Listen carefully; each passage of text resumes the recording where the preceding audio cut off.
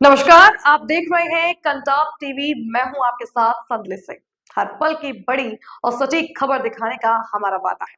तो चलिए बढ़ते हैं सीधा खबर की ओर, देखते हैं ये पूरी रिपोर्ट। गोरखपुर जिले के सिंघड़िया के पास देर शाम कहासुनी के बाद युवती ने तमंचा से अपने प्रेमी को गोली मार दी। गोली युवक के पेट में लगी, जिसके बाद उसे गंभीर हालत में एम्स में भर्ती कराया गया। कैंट पुलिस ने संत कबीर नगर जिले की रहने वाली युवती को हिरासत में ले लिया है। आरोपित युवती की पहचान संत कबीर नगर जिले की रहने वाली असिंका के रूप में हुई है, जबकि घायल युवक खोराबार थाना क्षेत्र के जंगल सिकरी गांव का रहने वाला अमिताभ है। प्रारंभिक जांच में सामने आया कि दोनों के बीच किसी बात को लेकर कहासुनी हो गई थी। इसी दौरान छीना झपटी हुई और तमंचे से गोली चल गई, जो अमिताभ के पेट में जा लगी। बताया जा रहा है कि घटना के समय मौके पर 4 अन्य लोग भी मौजूद थे, जिनमें अमिताभ का एक दोस्त भी शामिल था। गोली चलने के बाद मौके पर अफरा तफरी मच गई और घायल युवक को तत्काल इलाज के लिए एम्स पहुंचाया गया। सूचना मिलते ही कैंट थाना पुलिस मौके पर पहुंची और युवती को हिरासत में लेकर पूछताछ कर रही है। सीओ कैंट योगेंद्र सिंह ने बताया कि घटना किस परिस्थिति में और क्यों हुई, इसकी जाँच कराई जा रही है। घटनास्थल पर मौजूद लोगों के भी बयान दर्ज किए जा रहे हैं। कैंट थाना क्षेत्र के सिंघड़िया में आज शाम एक विवाद की सूचना प्राप्त हुई। जब पुलिस मौके पर पहुंची तो वहां पर पता चला कि एक बर्थडे पार्टी के लिए कुछ लोग वहां पर इकट्ठा हुए थे, जिनका आपस में ही वाद विवाद हो गया। वाद विवाद में ही वहां पर फायर हुआ, जिससे कि एक व्यक्ति की गोली लगी, जिसे इलाज के लिए एम्स में भर्ती करा दिया गया है, जिसका इलाज चल रहा है। मौके से 2 व्यक्तियों को हिरासत में लिया गया है। जिस वेपन से फायर हुआ था उसे रिकवर कर लिया गया है, जिसमें अन्य तथ्य जो भी सामने आएंगे उस आधार पर विधिक कार्रवाई की जाएगी। श्रावस्ती जनपद में एक बार फिर बुलडोजर की कार्रवाई देखने को मिली। बिनका तहसील क्षेत्र के बेलहरी गांव में हिंदू समुदाय की जमीन पर बनी हजरत प्यारे शाह बाबा की मजार को प्रशासन ने बुलडोजर चलाकर हटा दिया। कार्रवाई के दौरान मौके पर भारी संख्या में पुलिस बल और प्रशासन के वरिष्ठ अधिकारी मौजूद रहे, ताकि किसी प्रकार की कानून व्यवस्था की समस्या न हो। जानकारी के अनुसार ये जमीन देवता दीन और राम प्रसाद की बताई जा रही है। आरोप है कि उनकी जमीन पर अवैध तरीके से मजार का निर्माण किया गया था। जब जमीन मालिकों ने इसका विरोध किया और जिलाधिकारी को प्रार्थना पत्र सौंपा, तो प्रशासन ने मामले को गंभीरता से लेते हुए तत्काल जांच कराई। जांच में जमीन पर अवैध कब्जे की पुष्टि होने के बाद मजार हटाने की कार्रवाई की गई। गौरतलब है कि इससे पहले भी श्रावस्ती में अवैध मदरसों, मजारों और ईदगाहों पर कार्रवाई हो चुकी है, जिससे जनपद को प्रदेश में मॉडल जिला बताया गया था। इस संबंध में एसडीएम बिनका आशीष भारद्वाज ने बताया कि मजार करीब 4 से 5 साल पुरानी थी और शिकायत के आधार पर नियमानुसार बुलडोजर से हटाई गई है। बुलडोजर की कार्रवाई हुई सर, क्या कार्रवाई है सर? किस जमीन पर मजार बना हुआ था सर? बेलरी गांव में कुछ खातेदारों की ज़मीन पे उन्होंने कुछ आपत्ति की कल अपनी तहरीर दी थाने में कि हमारी ज़मीन पर कोई जबरन एक मज़ार रूप में निर्माण कर रहा है। तो उसके क्रम में आज जो कार्रवाई की गई है उसमें ये है कि उनके द्वारा ये आपत्ति की गई थी हमारे बिना परमिशन के या हमारे बिना उसके कुछ लोगों द्वारा उस पर निर्माण किया जा रहा है। तो उन्हीं लोगों द्वारा आज उसको मज़ार को अपने जो मज़ार रूप में बनाया जा रहा था तो उसको ध्वस्त करवाया गया। सर किस ज़मीन पे मजार बना हुआ था? वो ज़मीन संक्रमणीय भूमिधर थे, खातेदार थे, 4 लोग थे। उसमें मनशाराम थे और देवता दीन थे और भी 2 खातेदार थे। कितने साल पहले निर्माण हुआ था सर? ये निर्माण वही ग्रामवासियों द्वारा बताया जा रहा है कि ये निर्माण लगभग 5 से 6 साल 7 साल पुराना है। नोएडा सेक्टर 150 में हुए दर्दनाक हादसे में 27 वर्षीय इंजीनियर युवराज की मौत के बाद इलाके में भारी आक्रोश देखने को मिल रहा है। युवराज की मौत को लेकर स्थानीय लोगों और परिजनों में गुस्सा लगातार बढ़ता जा रहा है। न्याय की मांग को लेकर बड़ी संख्या में लोग सड़कों पर उतर आए और प्रशासन के खिलाफ प्रदर्शन किया। प्रदर्शनकारियों का आरोप है कि यदि हादसे के तुरंत बाद प्रशासन और आपात सेवाएं समय पर सक्रिय हो जाती तो युवराज की जान बचाई जा सकती थी। लोगों का कहना है कि राहत और बचाव कार्य में गंभीर लापरवाही बरती गई, जो सीधे तौर पर युवक की मौत की वजह बनी। मामले में अब तक 2 बिल्डर्स के खिलाफ एफआईआर दर्ज की जा चुकी है, लेकिन स्थानीय लोगों का सवाल है कि क्या सिर्फ एफआईआर से न्याय मिल जाएगा या फिर कुछ दिनों बाद यह मामला भी अन्य मामलों की तरह ठंडे बस्ते में डाल दिया जाएगा। प्रदर्शन कर रहे लोगों ने आरोप लगाया कि सेक्टर 150 में चल रहे निर्माण कार्यों में सुरक्षा मानकों की खुलेआम अनदेखी की जा रही है और प्रशासन सब कुछ जानते हुए भी आंखें मूंदे बैठा है। उनका कहना है कि हादसे से पहले भी कई बार शिकायतें की गई थी, लेकिन कोई ठोस कार्रवाई नहीं की गई। स्थानीय नागरिकों ने प्रशासन से मांग की है कि हादसे की निष्पक्ष और उच्च स्तरीय जांच कराई जाए, दोषी बिल्डर्स और अधिकारियों पर कड़ी कार्रवाई हो, युवराज के परिवार को उचित मुआवजा दिया जाए। फिलहाल सवाल यही है कि क्या युवराज को इंसाफ मिलेगा या फिर दबाव कम होते ही मामला रफा दफा कर दिया जाएगा, यह आने वाला वक्त तय करेगा। लेकिन फिलहाल सेक्टर 150 में लोगों का गुस्सा और प्रशासन के प्रति अविश्वास साफ नजर आ रहा है। क्या नाम है आपका? मोनिंदर है जी। कल जो हादसा हुआ था, क्या कुछ पूरा हादसा था? आप चश्मदीद हैं, क्या कुछ देखा और आपने बचाने भी उतरे थे, क्या कुछ पूरा मामला रहा, क्या कर? इसमें जी जो गाड़ी एक्सीडेंट हुई है कोहरे में, वो करेक्ट 12 बजे के करीब हुई है। गाड़ी गिरने के बाद पानी में लड़का 1 घंटा से 2 घंटे, लगभग 1 घंटा 45 मिनट तक लड़के ने खूब अपने बचाने की गुहार लगाई है कि भाई मुझे बचा लो, किसी भी तरीके से बचा लो। मौके पे पुलिस भी थी एंड SDRF भी थी और अग्नि विभाग वाले भी थे, फायर ब्रिगेड वाले भी थे। किसी ने उसकी मदद नहीं करी। बोल रहे थे ठंडा पानी है, हम नहीं जाएंगे अंदर, इसमें सरिया है, अंदर हम नहीं जाएंगे। ठीक है जी। इस मौत का जिम्मेदार सच्चाई बताए तो सरकारी महकमा है। ठीक है जी। जब मैं आया हूँ 1:45 पे यहाँ आया हूँ, मैंने आके देखा है तो SDRF वाले सिड्डी पे बैठ के बोल रहे थे कि इसमें ठंडा पानी है, सरिया, हम अंदर नहीं जाएंगे। जो लड़का मुझसे 10 मिनट पहले ही डूबा था, मैं बोला तुम बाहर आओ, मैं जाऊंगा अंदर। वो बाहर आए, मैंने अपने कपड़े उतारे, मैंने कमर पे अपने पर रस्सा बांधा और कम से कम 50 मीटर अंदर गया मैं, और कम से कम 30 मिनट मैंने वो लड़का ढूंढा अंदर इस पानी में। रात 1:45 बजे 30 मिनट तक मैंने वो लड़का ढूंढा, ना तो मुझे गाड़ी मिली नहीं मुझे लड़का मिला। फिर ढूंढने के बाद मैं आ गया और आपने उसके बाद 5:30 बजे मैं यहाँ से गया हूँ। 5:30 बजे तक ना ही तो लड़का निकला था, ना ही गाड़ी निकली थी। उसके बाद मैं क्या कहूँ कि मैं तो अपने घर चला गया था और मुझे कुछ नहीं पता इसके बारे में। नाम नीलेंदु कश्यप है। मैं एक बात और जोड़ना चाहूंगा। अभी तो जो लोगों का प्रोटेस्ट देख रहे हैं, ये बेसिकली जो गवर्नमेंट की अपैथी है, ये नेग्लिजेंस है।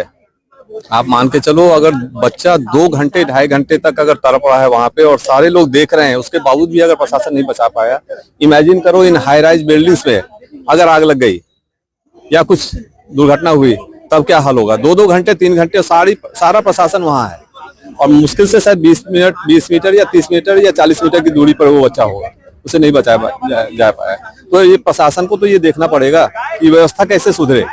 सबसे बड़ी बात ये है, लापरवाही कह सकते हैं, 100% लापरवाही है। नीलेंदु कश्यप।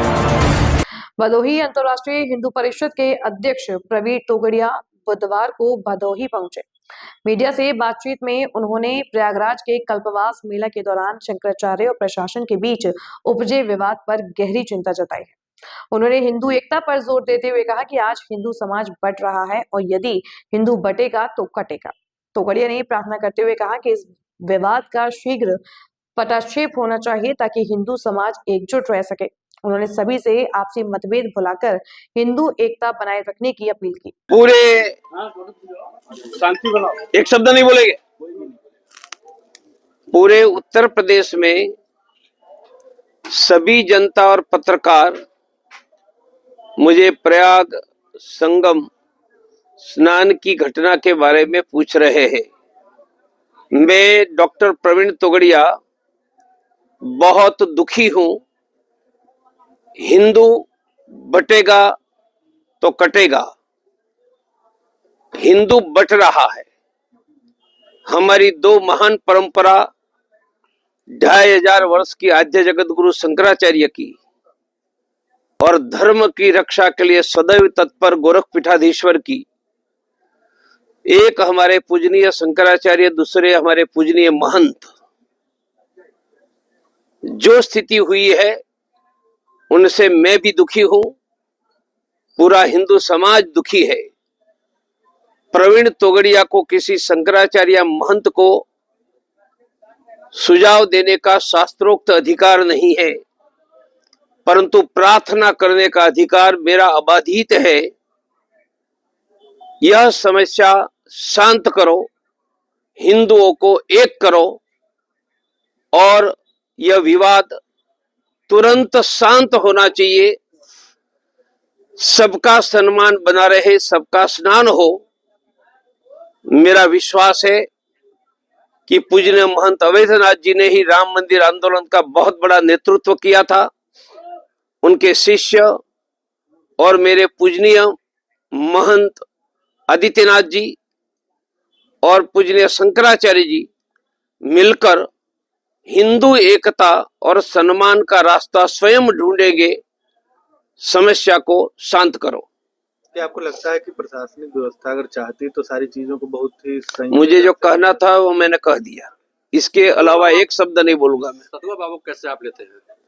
मैं किसी व्यक्ति के बारे में कुछ भी नहीं कहता हूं। मैं विचार, सिद्धांत और हिंदुत्व की बात करता हूं। मैंने व्यक्ति के बारे में जीवन में कभी नहीं कहा। वाराणसी के हैं सतुआ बाबा और मुख्यमंत्री के बड़े करीब हैं योगी आदित्यनाथ महाराज के। मुझे किसी व्यक्ति दिया गया वहाँ पे। मुझे व्यक्तियों के बारे में कुछ भी नहीं कहना है। मैं विचार के बारे में, हिंदुओं के बारे में, धर्म के बारे में ही कहता हूं। व्यक्ति के बारे में कहने वाला व्यक्ति बहुत छोटा व्यक्ति होता है। बाबा बागेश्वर धाम के जो बाबा हैं उन्होंने कहा है कि अविवेकानंद जो है जिस तरह से बातें कह रहे हैं वो गलत है। मैंने जो कहना था वो कह दिया ठीक। और मैंने मेरी बात की। मैं दूसरे की बात करने के लिए प्रेस के सामने नहीं आया हूँ। इसे एक हिंदू समाज में एक मैसेज गया है कि हम कैसे एकजुट, अरे सब एक हो जाएंगे। इस तरीके की चीजें ऊपर लेवल चल रही है। आदित्यनाथ जी भी हमारे पूजनीय महंत है और शंकराचार्य जी भी पूजनीय है। धर्म की चिंता मुझे है, उनसे ज्यादा उन दोनों को है। दोनों हिंदू हित में रास्ता निकाल लेंगे, ऐसा मेरा दृढ़ विश्वास है। अच्छा, भदोही जिले में आए, यहाँ पे आपका एक विशेष कार्यक्रम आयोजित करना है। हमारा एक ही अभियान चल रहा है। हर गांव, शहर की हर गली में मंगल या शनिवार शाम को हिंदू इकट्ठा होकर सप्ताह साप्ताहिक हनुमान चालीसा करे। हजारों हनुमान चालीसा चल रहे, हम लाखों में जाएंगे और यह हनुमान चालीसा केंद्र हिंदू कल्याण केंद्र बन रहा है। हिंदू कल्याण केंद्र मानी हनुमान चालीसा केंद्र गरीब हिंदुओं को मुफ्त में अनाज देगा, गरीबों को मुफ्त में प्राइवेट का डॉक्टर देगा, ब्लड प्रेशर शुगर की जांच करेगा, रोग मुक्त बनने की ट्रेनिंग देगा, बच्चों की टैलेंट बढ़ाएगा। और किसी एक हिंदू का नाम लिया तो हजारों हनुमान चालीसा केंद्र के हिंदू एक हिंदू के लिए खड़े हो जाएंगे, मानी हिंदुओं को सुरक्षा भी देगा। धार्मिक नगरी काशी एक बार फिर भारतीय संस्कृति और सनातन परंपरा की वैश्विक स्वीकार्यता का साक्षी बना, जब रूस के रहने वाले एक विदेशी जोड़े ने दशाश्वमेध घाट स्थित नलवा वीर बाबा मंदिर में पूरे वैदिक विधि विधान और हिंदू रीति रिवाज के अनुसार विवाह रचाया। रूस निवासी मरीन और कॉन्स्टेंटिन ने मंत्रोच्चार, वैदिक मंगलाचरण और भगवान को साक्षी मानकर 7 फेरे लिए। विवाह की सभी पारंपरिक रस्में, जयमाला, सिंदूर दान, फेरे और आशीर्वाद विधिवत रूप से संपन्न कराए गए। इस दौरान मंदिर परिसर में महिलाओं ने मंगल गीत गाए, जबकि काशी वासियों ने कन्यादान कर इस पावन अवसर को और भी विशेष बना दिया। Hello, sir, your name please? My name is Konstantin. How to feel the Indian marriage? I love Indian culture and I love show power. And we, with my wife, go to Varanasi by that Varanasi very old city and Varanasi very good Indian culture. Varanasi, I think, the capital of culture of India. How to feel? How to decide the marriage in Indian culture? Давай скажи ты. Ну, скажи, мы давно уже решили и просто сейчас у нас. We think about early, maybe 5 years ago, and time happened in this time. I don't know. Your good name, ma'am? My name is Marina. I'm from Russia, from Ulyanovsk. We come to India to get married with my husband Konstantin because we love Varanasi, we love Indian culture. And this is our second wedding. Our first wedding was in Russia 11 years ago, and it's our second time. And we think that wedding in Indian culture is very important for our family. How to decide to Indian culture marriage in? Decide? आपने how to decide in Indian culture में? We decide. So dream means and I saw dream Parvati and I want to wedding Indian culture. How to feel in the Indian culture, this dressing or culture traditional to marriage? It's very interesting culture, very interesting tradition, very interesting Very old culture. Old culture. Maybe this is first culture in the world. And feel the Indian Sanskriti, Sanatan Dharma, Hindu culture. Sorry, don't understand. अच्छा, don't. How to feel the Indian culture and Hindu feeling? Hindu marriage. Culture дружелюбная, как да? Дружелюбная, не знаю. How do you working in man? Мы устали, скажем. Shivakant Pandey है। आज किस तरह का यहाँ पे आप शादी संपन्न कराए, कहाँ के लोग हैं ये और क्या नाम है इनका, क्या जानकारी? ये लोग रसिया से हैं, जो नाम जो है तो हमको जानकारी नहीं हो, लोग अपना लिए हैं और ये लोग हिंदू रीति रिवाज के अनुसार यहाँ पे शादी किए हैं।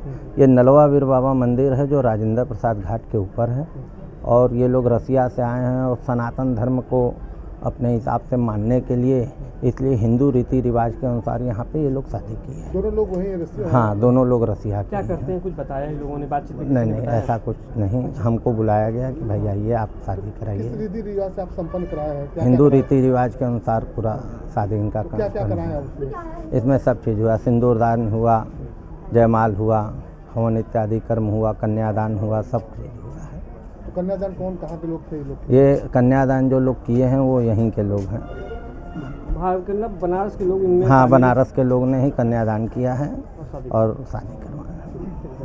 फिलहाल इतना ही इस खबर में। हर बड़ी और छोटी खबर की सटीक जानकारी के लिए बने रहिए कंटाप टीवी के साथ। आप देखते रहिए कंटाप टीवी, खबरें जो सिर्फ दिखाई नहीं जाती, असर भी करती हैं।